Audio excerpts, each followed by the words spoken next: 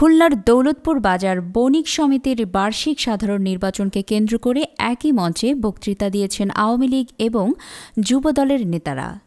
এই সময় বক্তৃতায় জয় বাংলা, জয় বঙ্গবন্ধু বলার একটি ভিডিও সোমবার বিকালে সামাজিক যোগাযোগ মাধ্যমে ছড়িয়ে পড়লে ব্যাপক সমালোচনা সৃষ্টি হয়েছে। জানা যায়, শত বছরের পুরাতন দৌলতপুর বণিক সমিতির বার্ষিক নির্বাচন সোমবার অনুষ্ঠিত হওয়ার কথা ছিল, কিন্তু জাল ভোটার এবং নির্বাচন কমিশনের গাফিলতির কারণে ভোট বানচাল হয়ে যায়। এরপর সোমবার বিকেলে বাজারের লঞ্চঘাট সংলগ্ন ডিসপ্লে বোর্ডের সামনে ভোটারদের উদ্দেশ্যে ভাষণ দেয় মহানগর যুবদলের সাবেক যুগ্ম আহ্বায়ক ও বাজারের সাধারণ সম্পাদক প্রার্থী এম জসিম। তার বক্তৃতা শেষে হ্যান্ড মাইক নিয়ে ভাষণ দেয় সাবেক শ্রম ও কর্মসংস্থান প্রতিমন্ত্রী বেগম মন্নুজান সুফিয়ানের আত্মীয় এবং বাজারের সভাপতি প্রার্থী শেখ কামাল হোসেন।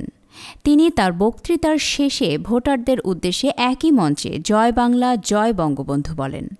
ভিডিওটি মুহূর্তের মধ্যে সামাজিক যোগাযোগ মাধ্যমে ছড়িয়ে পড়লে সাধারণ মানুষের মধ্যে বিরূপ প্রতিক্রিয়ার সৃষ্টি হয়। এই বিষয়ে শেখ কামাল হোসেন বলেন, এটা ভুল করে বলে ফেলেছি। আমি বিএনপির সমর্থক। সারাদিন পর ক্লান্ত হয়ে ভুল করে বলে ফেলেছি। বক্তৃতার শেষে বাংলাদেশ জিন্দাবাদ বলতে চেয়েছিলাম। বিব্রতকর এই বিষয়টি নিয়ে দৌলতপুর থানা বিএনপির কোনো নেতা বক্তব্য দিতে রাজি হয়নি।